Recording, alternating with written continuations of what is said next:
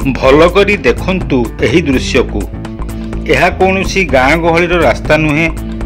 केन्दुझर जिला आनंदपुर म्युनिसिपालिटी अंतर्गत 2 number ward और 7 नंबर वार्डर मुख्य संयोगीकरण रास्ता। यही रास्ता दे प्रतिदिन शताधिक स्कूल कॉलेज छात्र छात्री व्यवसायी साधारण लोक यातायात करिथांती। निकटरे आनंदपुर म्युनिसिपालिटी पालन करिछि स्वायत्त शासन दिवस। मात्र आनंदपुर 7 नंबर वार्ड स्थित म्युनिसिपालिटी कल्याण मंडप पाचेरी कड़कू लगी रही रास्ता खाल खमारे भरी होइथिला बेले विगत दिन लगाण वर्षा पानी भर्ती होई रहिथिबा जोगु एही अंचल लोके एक प्रकार जलबंदी होई रहिछंती। एही रास्ता दे गाड़ी घोड़ा तो दूरर कथा खाली पादरे चली जीवा मध्य संभव हेउना। तेबे जो माने ए संपर्क न जानी बाइक नहीं एही रास्ता रे जाउछंती से माने दुर्घटनार शिकार हेउछंती। ए बाबद रे स्थानीय लोकंको अभियोग सत्वे कौनसी पदक्षेप एपर्यंत निया जाई पारि नाही। एपरिकी रास्ता रे माटी मुठाई मध्य पड़ी नाही बोली स्थानीय लोक अभियोग करछंती। रास्ता एमती पड़ी न था ये दीर्घ मो आसी एठी रहिबा दिन 15 वर्ष है मैं देखी आसुची।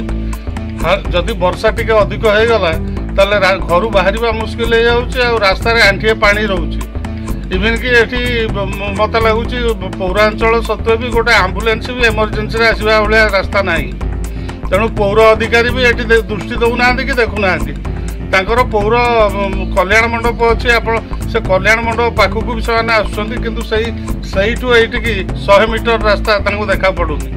आउ काउंसिलर कथा तो छाड़ काउंसिलर कई देखा भी आसुना किंतु अन्य जगह जो रास्ता न हवा कथा से फेवर पड़ी रास्ता ठीक हो जाऊँगी किंतु एटा गोटे माने लोक मानकर गंतव्य जीवा आसबार रास्ता एठू जंगार पदमपुर बाखिड़ी सब रास्ता जाऊँगी।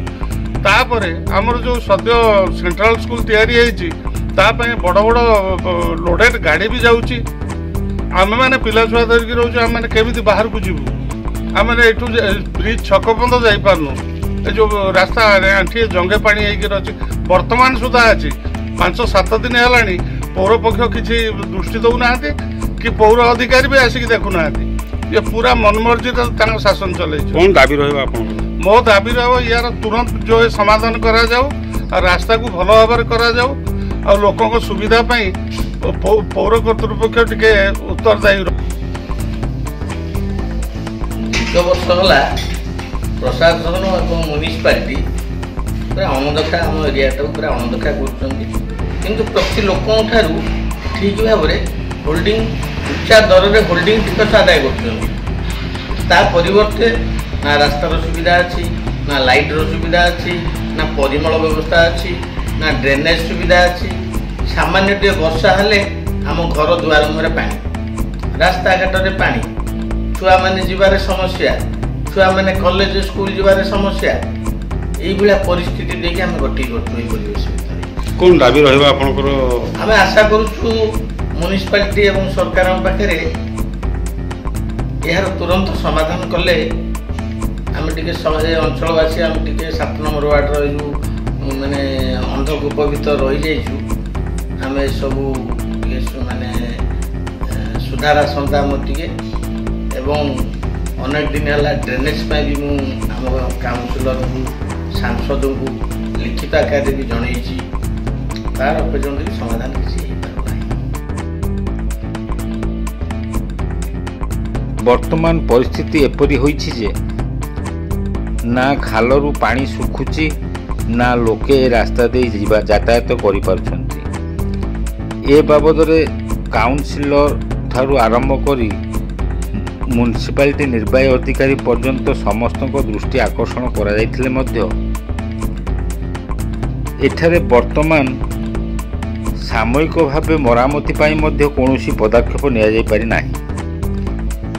एपरी परिस्थिति रे साधारण प्रश्न उठुची तेबे आनंदपुर म्युनिसिपालिटी कहा स्वार्थ पाई चली ଆନନ୍ଦପୁରରୁ ଟୁକୁ ଜେନାଙ୍କ ରିପୋର୍ଟ, ଖୋଲା ଖବର ଟିଭି।